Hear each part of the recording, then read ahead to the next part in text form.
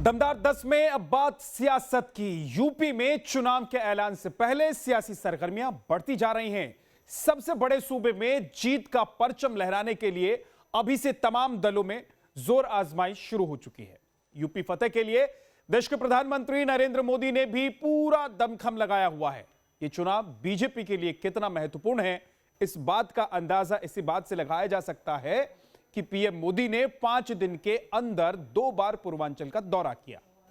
सवाल यही है कि बीजेपी का फोकस पूर्वांचल पर क्यों है और क्या मोदी योगी का पूर्वांचल प्रेम बिगाड़ देगा विरोधियों का गेम? ये भ्रष्टाचार की साइकिल 24 घंटे अलग से चलती रहती थी। धरती झूमे अंबर झूमे झूम रहा जग सारा, बनारस शहर का भाई चमका है सितारा, बनारस शहर का भाई चमका है सितारा।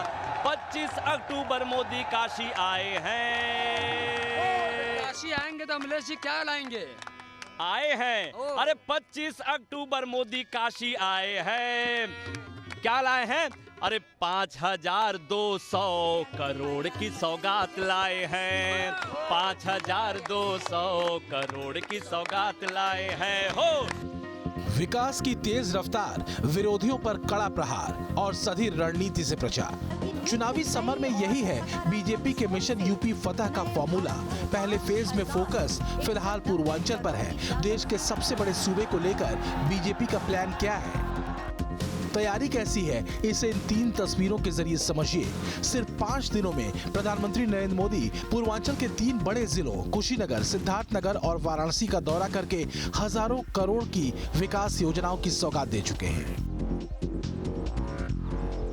यानी देश के सबसे बड़े राज्य उत्तर प्रदेश में जहां पार्टी जातिगत समीकरणों को ध्यान में रखकर अपना दमखम लगा रही है, वहीं बीजेपी ने साफ कर दिया है कि वो विकास मंत्र के जरिए 2022 के महादंगल में जोर आजमाइश करेगी।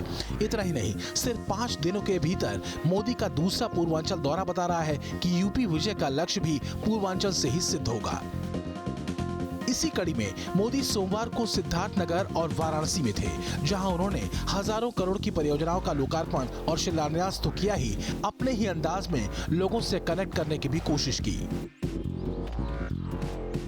पहले कई जीवन बिताइन वहे धरती पर साए, आज प्रदेश का 9 मेडिकल कॉलेजन का उद्घाटन है। स्वस्थ और निरोग भारत का सपना पूरा कर बदे पीएम मोदी और योगी ने पूर्वांचल को पिछले 5 दिनों में कई सौगातें दी हैं, जिसमें कुशीनगर को इंटरनेशनल एयरपोर्ट पहले ही मिल चुका है। अब पूर्वांचल को भी मेडिकल हब बनाने की भी तैयारी की जा रही है। इसका आगाज सिद्धार्थनगर पहुंचे मोदी ने पूर्वांचल के 9 शहरों को मेडिकल कॉलेज की सौगात देकर कर दिया। जिन 9 शहरों में मेडिकल कॉलेज खोले गए हैं, उनमें सिद्धार्थनगर, एटा, हरदोई, प्रतापगढ़, फतेहपुर, देवरिया, गाजीपुर, मिर्जापुर और जौनपुर शामिल हैं। सिद्धार्थनगर के बाद मोदी अपने संसदीय क्षेत्र वाराणसी भी पहुंचे, जहां उन्होंने 28 विकास योजनाओं को हरी झंडी दी, जो करीब 5200 करोड़ की बताई जा रही है।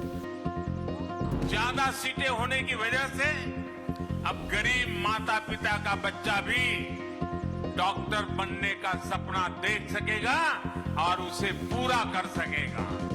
दरअसल अपने विकास के शोकेस के जरिए बीजेपी यूपी के 2022 के महादंगल में महादाम लगा रही है, जिसमें सीएम योगी के पिछले 5 सालों के विकास की तस्वीर तो है ही, साथ ही पूर्वांचल के विकास का पूरा खाका भी है। योगी जी की सरकार से पहले जो सरकार थी, उसने अपने कार्यकाल में यूपी में सिर्फ 6 मेडिकल कॉलेज बनवाए थे। योगी जी के कार्यकाल में 16 मेडिकल शुरू हो चुके हैं और 30 नए मेडिकल कॉलेजों पर तेजी से काम चल रहा है। पूर्वांचल योगी सरकार के विकास शोकेस का बड़ा चैप्टर है। सियासी बिसात पर बीजेपी ने सबसे संवेदनशील मुद्दे को चुना है और वो है स्वास्थ्य सुविधाएं। दरअसल सीएम योगी आदित्यनाथ मिशन 75 पर काम कर रहे हैं, जिसका मकसद है प्रदेश के सभी 75 जिलों में एक एक मेडिकल कॉलेज खोलना।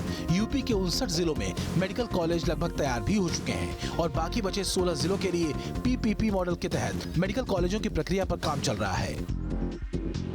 दवाई में भ्रष्टाचार, एम्बुलेंस में भ्रष्टाचार, नियुक्ति में भ्रष्टाचार, ट्रांसफर पोस्टिंग में भ्रष्टाचार, इस पूरे खेल में यूपी में कुछ परिवारवादियों का तो खूब भला हुआ।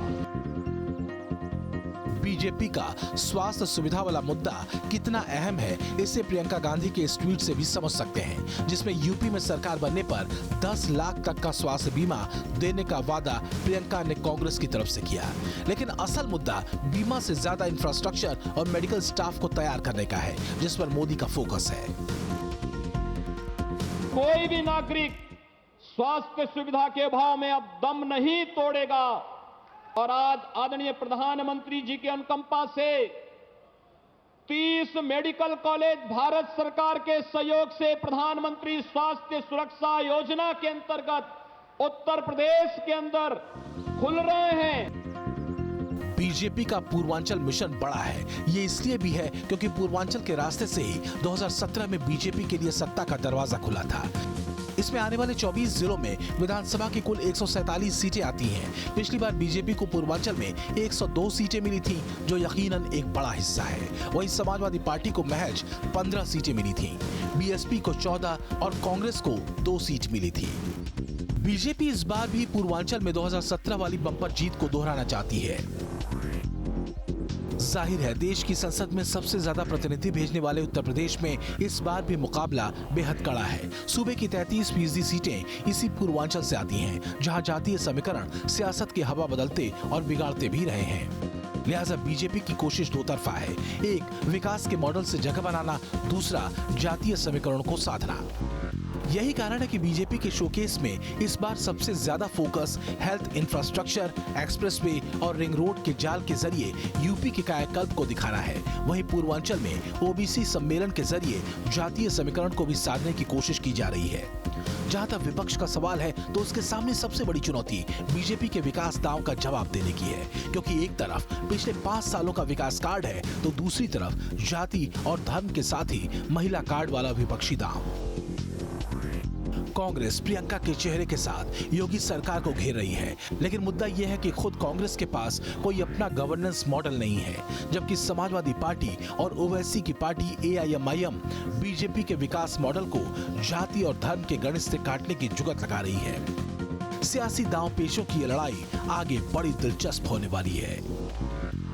सिद्धार्थनगर से अविनाश सिंह, वाराणसी से धीरेन्द्र पुंडीर के साथ टीम न्यूज़ नेशन।